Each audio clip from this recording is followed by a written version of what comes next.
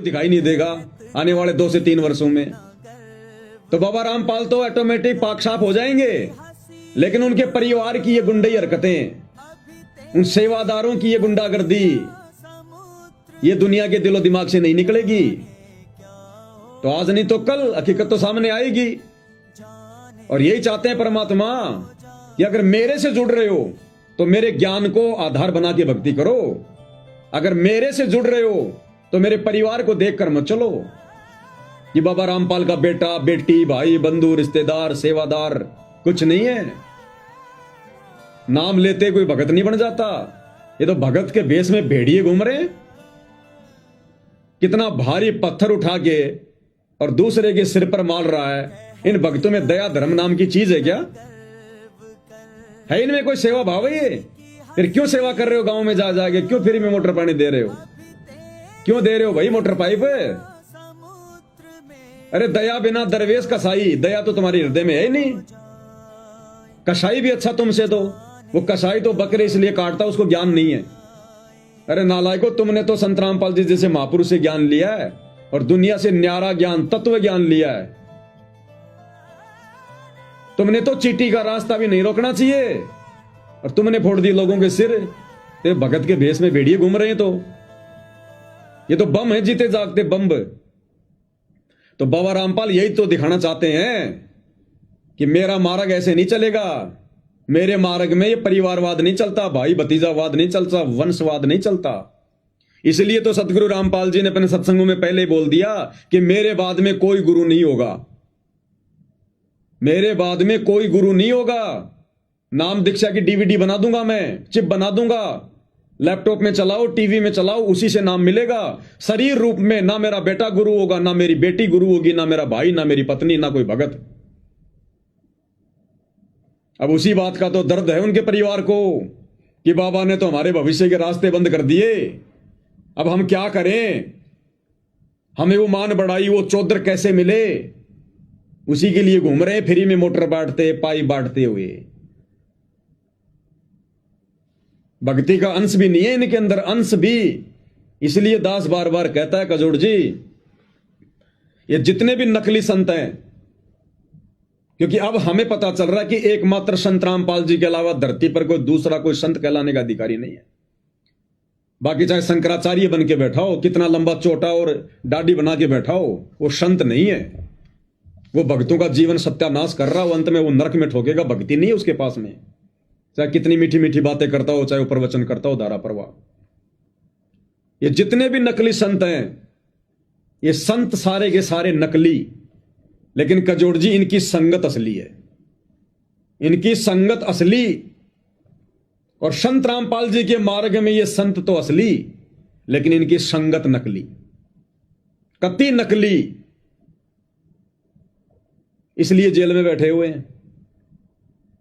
और ये सतलोक आश्रम वाले आ गए इस कमेटी में न्याय करने के लिए। क्या खाक न्याय करेंगे ये? जिन्होंने 2014 बरवाला कांड में बाबा रामपाल के झूठे मेडिकल लगा लगा के 36 बार न्यायालय को गुमराह किया, वो क्या न्याय देंगे आज? क्या न्याय करेंगे लोग? अधिकारी हैं लोग न्याय करने के। बाबा रामपाल का छोटा भाई महेंद्र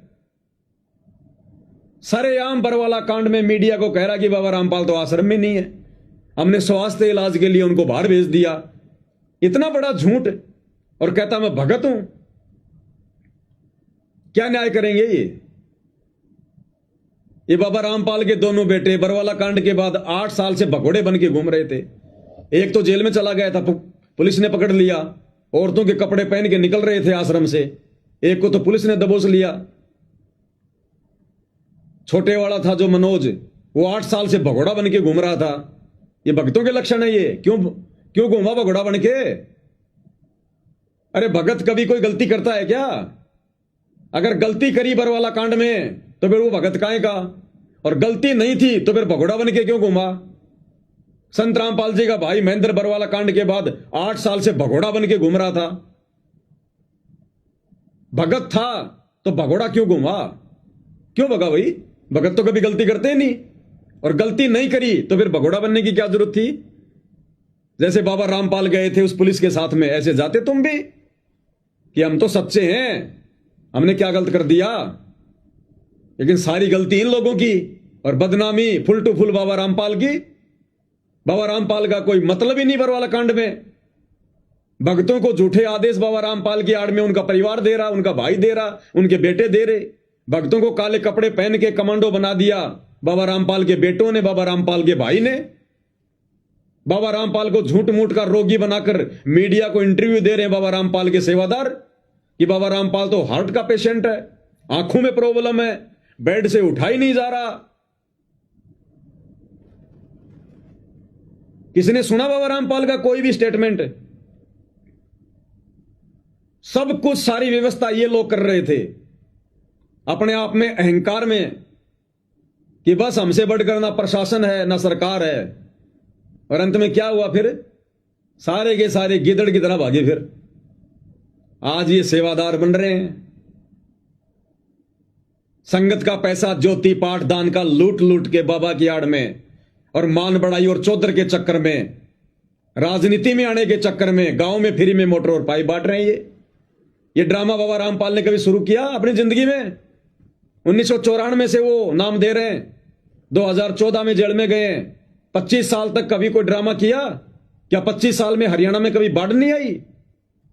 ये बाबा रामपाल के दोनों बेटे, उनका भाई राजनेताओं के तलवे चाट रहे हैं, संगत को राजनेताओं की रैलियों में भेज रहे हैं। क्या बाबा रामपाल के किसी सरपंच के साथ भी कोई संबंध थे? उनका राजनीति का तो 36 का आंकड़ा है, आज भी है। आज उनकी आड़ में सारा का सारा एक कुक्रम उनका ये परिवार कर रहा है। बेचारी संगत को बाबा रामपाल की भक्ति की मर्यादा तोड़वा के दूर कर दिया। खुद तो नरक में जा रहे हैं, संगत को भी लेके जा रहे हैं। तो कजोड़ जी, ये सारा का सारा षड्यंत्र काल का, बाबा रामपाल की बदनामी करवाने का, कि कोई इनके संपर्क में ना जाए, जनता इनसे नफरत करने लग जाए। लेकिन भाई ये जनता का बाप है, ये पिता है जनता का, परम पिता। भगवान आता है तो सींग लगा के नहीं आता, पूंछ लगा के नहीं आता।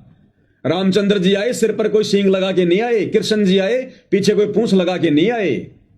वो भी ऐसे एक परिवार में आए थे, उनका भी एक घर परिवार था, वो भी अपना कार्य किया करते थे, अपना शासन किया करते थे। कोई जानवर बन के थोड़ी आए थे। जो लोग कह देते हैं कि इंसान भगवान कैसे हो सकता है, अरे इंसान तो भगवान नहीं हो सकता, लेकिन इंसान के रूप में तो भगवान होता है। इंसान के रूप में तो भगवान आएगा। अरे इंसानों को ज्ञान समझाने के लिए कोई आएगा तो इंसान ही तो बन के समझाएगा। भगवान तो सक्षम है, वो तो हाथी का रूप बना लेगा। अब हाथी बन के वो चिंगाड़ेगा तो हम क्या समझेंगे उसकी बातें? तो कजोड़ जी, सारा षड्यंत्र ये काल का। अब इसमें समाज की हकीकत भी सामने आ रही है, इन पंचायतियों के चेहरे भी सामने आ रहे हैं कि समाज में क्या न्याय होता है। ये खाप पंचायतें झूठा अपना ठप्पा लगा के बैठी हुई है कि हमसे बढ़कर कोई न्याय नहीं कर सकता। क्या खाक न्याय किया इन्होंने? कहां इनका न्याय? तो ये संदेशा हरियाणा की जनता में भी तो जाना चाहिए ना, कि तुम जिनके भरोसे बैठे हो तुम कि हमारा न्याय करेंगे, इनको न्याय की इनको परिभाषा का भी नहीं पता। इनको न्याय क्या होती है?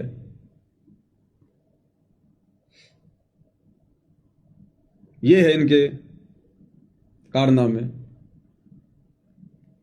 अब बताओ धरती पर न्याय रह कहां गया? इसलिए उस परमात्मा को आना पड़ता अंत में, स्वयं मनुष्य रूप धारण करके एक परिवार में आने की लीला करता है। वो बच्चे पैदा नहीं करता, यहां पर अंडे देने नहीं आता भगवान है। वो शतलोक का राजा है, वहां के ठाठ बाट छोड़ के इस गंदे लोक में वो बच्चे पैदा करेगा क्या?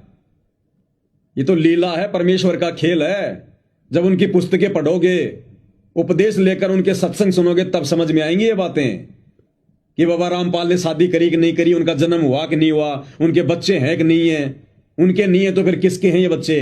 ये सारी बातें जब उनके सत्संग सुनोगे, उनकी पुस्तकें पढ़ोगे, जिनमें गहरे गहरे रहस्य छुपा रखे हैं, जिन पर हम लोगों ने वीडियो बना दी हजारों, तो जब तक सुनोगे नहीं तो तुम्हें पता क्या चलेगा? ऊपर ऊपर की बातें सुनोगे तो गुमराह रहोगे, चाहे जगत हो चाहे भगत हो। ये है इनका न्याय। तो भाई और बहनों, हमारा ना किसी से राग द्वेष है और ना किसी के प्रति कोई ऐसे कोई विचार है, राग द्वेष तो ना कजोड़ जी अपना कौन सा कोई जमीन का झगड़ा उनके साथ में, ना हमारा उन खरक गांव वालों से कोई राग द्वेष है, हम तो जानते तक नहीं उनको। ना उन जो पंचायती करता थे 21 व्यक्ति, ना उनसे कोई राग द्वेष है, क्योंकि ना हम उनको जानते हैं, ना हमारा उनसे कोई लेन देन का सिस्टम है, और ना हमारा राग द्वेष हमारे सतलोक आश्रम मैनेजमेंट भाइयों से है। राग द्वेष कतई नहीं है, लेकिन इस चैनल के माध्यम से वो सच्चाई आप तक पहुंचाई जा रही है कि यहाँ पे क्या हो रहा है, संगत में क्या हो रहा है, पंचायतों में क्या हो रहा है, और जो सतलोक आश्रम मैनेजमेंट है वो भगत भाई बहनों को कैसे गुमराह कर रहा है। केवल ये इस चैनल के माध्यम से सच्चाई बताई जा रही है। अन्यथा भाई और बहनों, राग द्वेष करके हमें सतगुरु को नाराज नहीं करना, क्योंकि परमात्मा के सभी बच्चे हैं। आज उपदेशी वो नहीं है, आने वाले समय में आ जाएंगे। आने वाले समय में गुरु के शरण में आ जाएंगे तो वो तो हमारे भाई बहन रहे। कल को वो ही भाई फिर हमारे को ये कहने लायक नहीं रहेंगे कि तुमने हमारे से राग द्वेष किया करा था। लेकिन अगर यही गांव वाले आने वाले समय में गुरु जी के शरण में आ गए तो ये सतलोक आश्रम मैनेजमेंट को मुंह पे सवाल जवाब करेंगे कि भाई तुम तो भगत थे, उस दिन लट और बाटों से सिर फोड़े। तो यही सच्चाई बताई जा रही है कि भगतों का तो काम था वहां पे उस घटना को शांत करना, अपने स्वभाव को एक भगत के वेश में लाना, लेकिन ये तो राक्षस प्रवृत्ति का वाला काम है। तो भाई और बहनों, इस चैनल के माध्यम से केवल और केवल सच्चाई बताई जा रही है, अन्यथा हमारा किसी से कोई राग द्वेष नहीं है। और मैं तो सभी से कहूंगा, जगत और भगत चैनल को भाई फॉलो कर लेना, इस पेज को। आने वाले समय में बाबा रामपाल के अलावा इस धरती पर चर्चा का विषय दूसरी कोई बात नहीं होगी। ये तुम्हारी राजनीति भी फैल होने वाली है, तुम्हारे राजनेता भी फैल होने वाले हैं। देर छोड़ छोड़ के भागेंगे तुम्हारे मंत्री और प्रधानमंत्री आने वाले 2 से 3 वर्षों में। ऐसी विषम परिस्थितियां पृथ्वी पर हो रही है पैदा।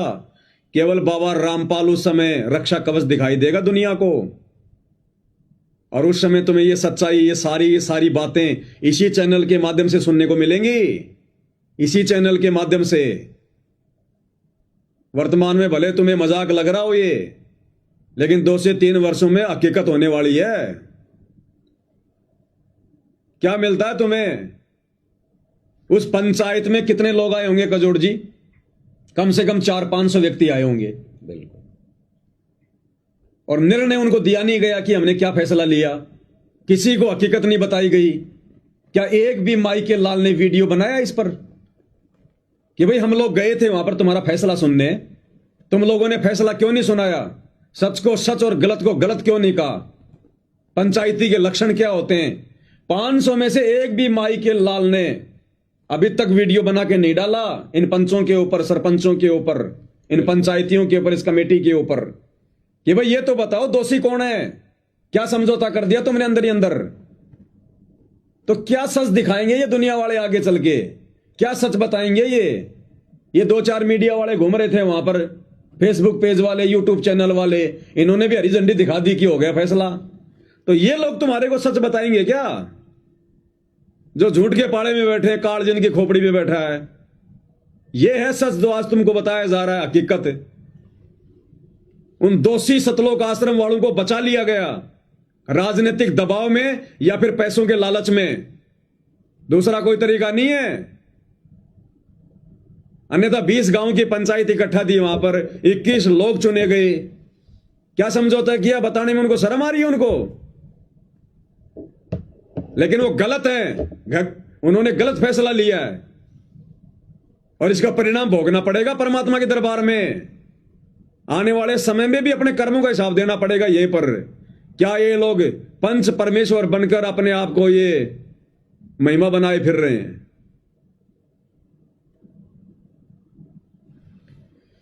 तो कजोड़ जी और क्या कह सकते हैं? बोलने को तो बहुत कुछ है, लेकिन सुनने वाले में भी हिम्मत होनी चाहिए।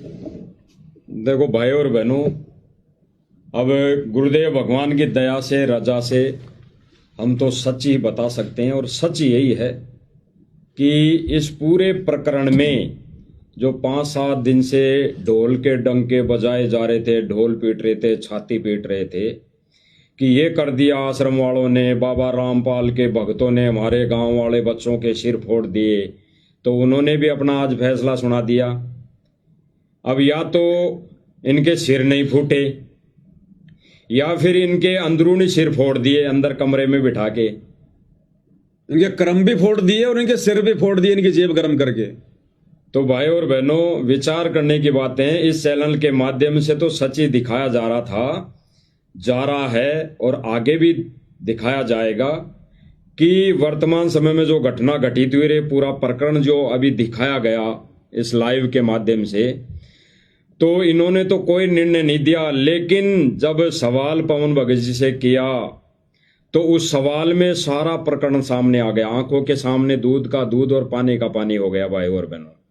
क्योंकि ये तो गांव वाले जो पंचायती थे, चाहे कितने भी मेंबर हो, इन्होंने तो पल्ला झाड़ लिया ये कहकर कि भाई हमारा समझौता हो गया, समझौता हो गया। जबकि न्यायकर्ता, पंचायत करता ये बिल्कुल